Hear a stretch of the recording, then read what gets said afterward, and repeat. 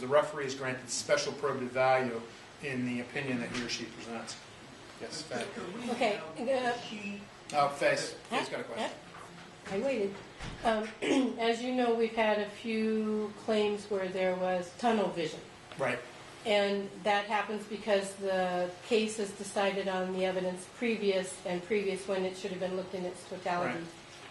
In those complex cases, I would err on sending the policy standard for the decision with them, because I've seen it too many times where the claims examiner is hurried, rushed, and they've got the new evidence which would sell the case, but they're standing on the shoulders of the last report. Or in many cases, reports from National Jewish that are using the wrong criteria.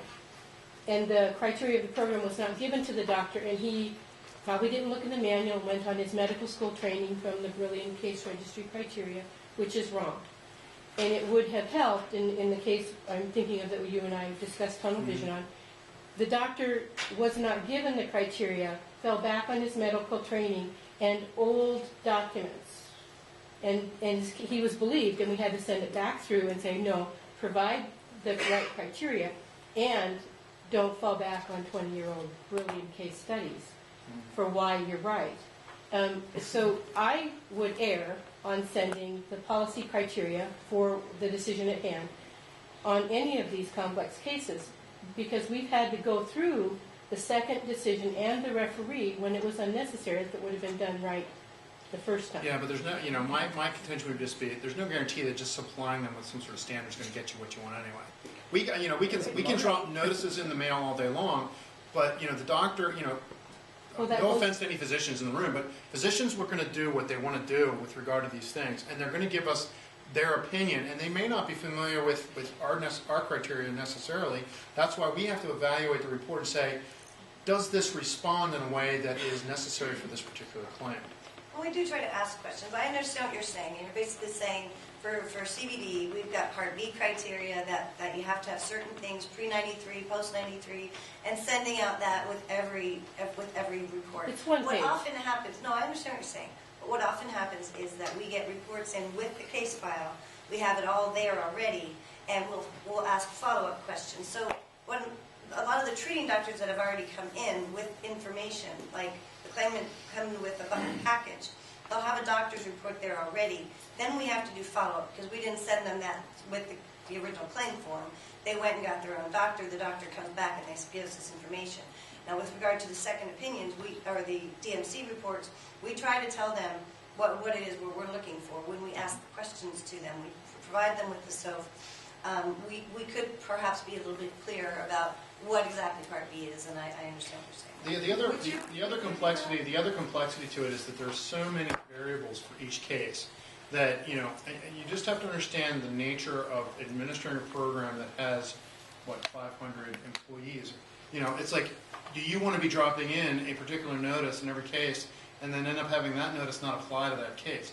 It becomes a question of operational management of the thing too. There's just a lot of complexities to it that each case really has to be looked at based on its own individual variables. So you're saying complex cases. Well, maybe a little worksheet like that would actually not help just because of the complex nature of the claim.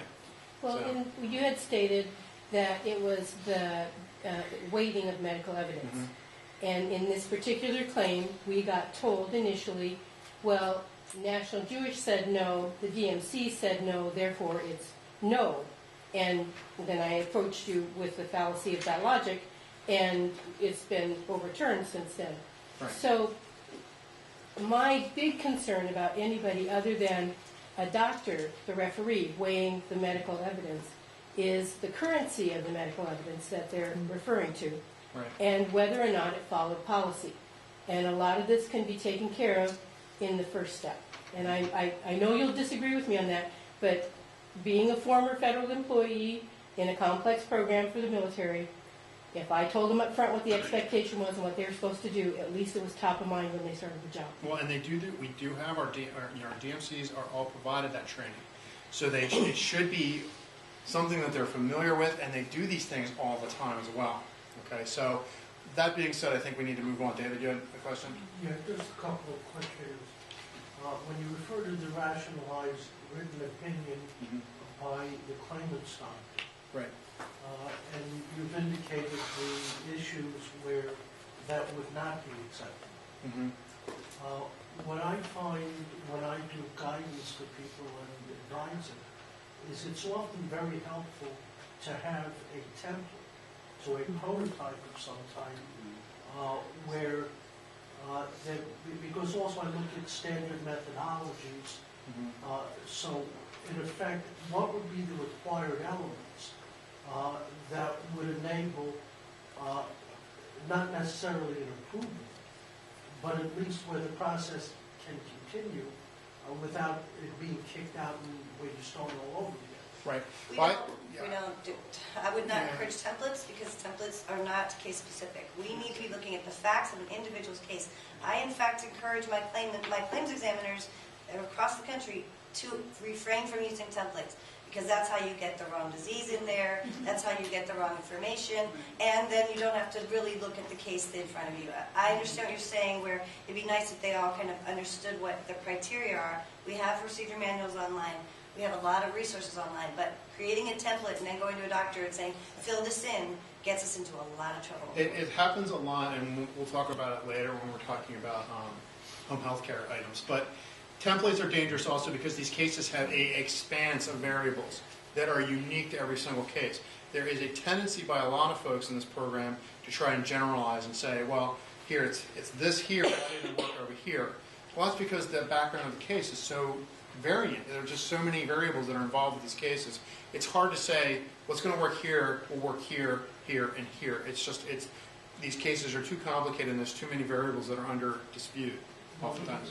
The reason why I brought that up is you can have individuals with very similar manifestations. Right. And where, let's say, person one has a physician who does all the things that you ask, and then the DMC or CMC now does a very thorough job, and so claim one gets approved. On the other hand, there's maybe a less than thorough job done by the family physician, or you have a CMC or DMC who may not have the requisite expertise to render an opinion. And the result is, in example number 2, that claim gets denied, even though the outward manifestations are exactly the same. We just need to take each case by case. Well, and that's where you you step up as the representative or the advocate to say, hey, what you're saying to me right now is an argument saying this is why I feel that the report that you accepted is invalid, that you should have looked at it like this. And that's why we have that two-tiered decision process to give you that opportunity to come in and say, hey, what you think is so convincing and wonderful is not for these reasons. And here's my alternative evidence to support my position. And so that's just a function of the claim process. Frank, do you have a question? Yes, on the statement of accepted facts, we don't get to see it until we would ask for it. But a lot of times there's some major errors in it, either employment, as a dramatic example, a person works at Portsmouth Gaseous Diffusion. The job was described in the statement of accepted facts as is a uranium oil or driver at a uranium mine. So Right. It seemed like if we get it on the list, you just would send us the same thing at a time. Then if there's something real gross, we could call the claims examiner and say, hey, this perhaps needs to be You can looked at. always, like you said, you can always get the SOAP. I don't think it's a matter of something that we're going to automatically send. When we do these evaluations, the SOAP is, for those of you who don't know, is a document that the claims examiner constructs that identifies certain factual findings that they are making based on their assessment of the evidence. The other point I just stated that is that you never know what the claims examiners necessarily are looking at in the case evidence that you don't have access to, because maybe they got something through the dark that they're saying, oh, this is that, or maybe the information came out of the occupational history questionnaire. You can look at it and say, I think this is wrong, but you have to demonstrate what evidence do you have to say that that's wrong. So if you're looking at a job category and saying this guy had nothing to do with mining, you then need to produce the evidence that says, oh no, this guy was actually, a production line worker or whatever it might be. No, what I'm saying is before.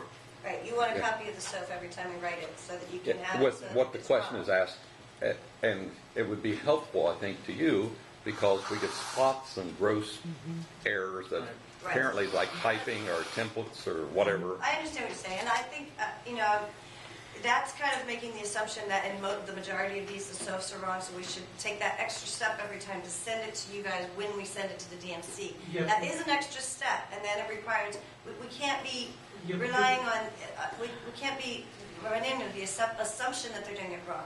Sometimes they might be doing it wrong, and if it's caught, it can get caught somewhere in the process. I just think it's going to be, it would be an extra step for them that would take another step out of the process and make the time frame longer. But it also wastes yeah. the time of the DMC if the input information is incorrect. Correct. If it's wrong, then you're right. But I'm it's not running absolutely- under the assumption that they're all Because wrong. then your outcome might potentially be wrong. That's correct. And that's, but again, that's the function of the claim process, is to give you the opportunity to look at the rationale that's going into a decision and say, I don't think that's right. But you better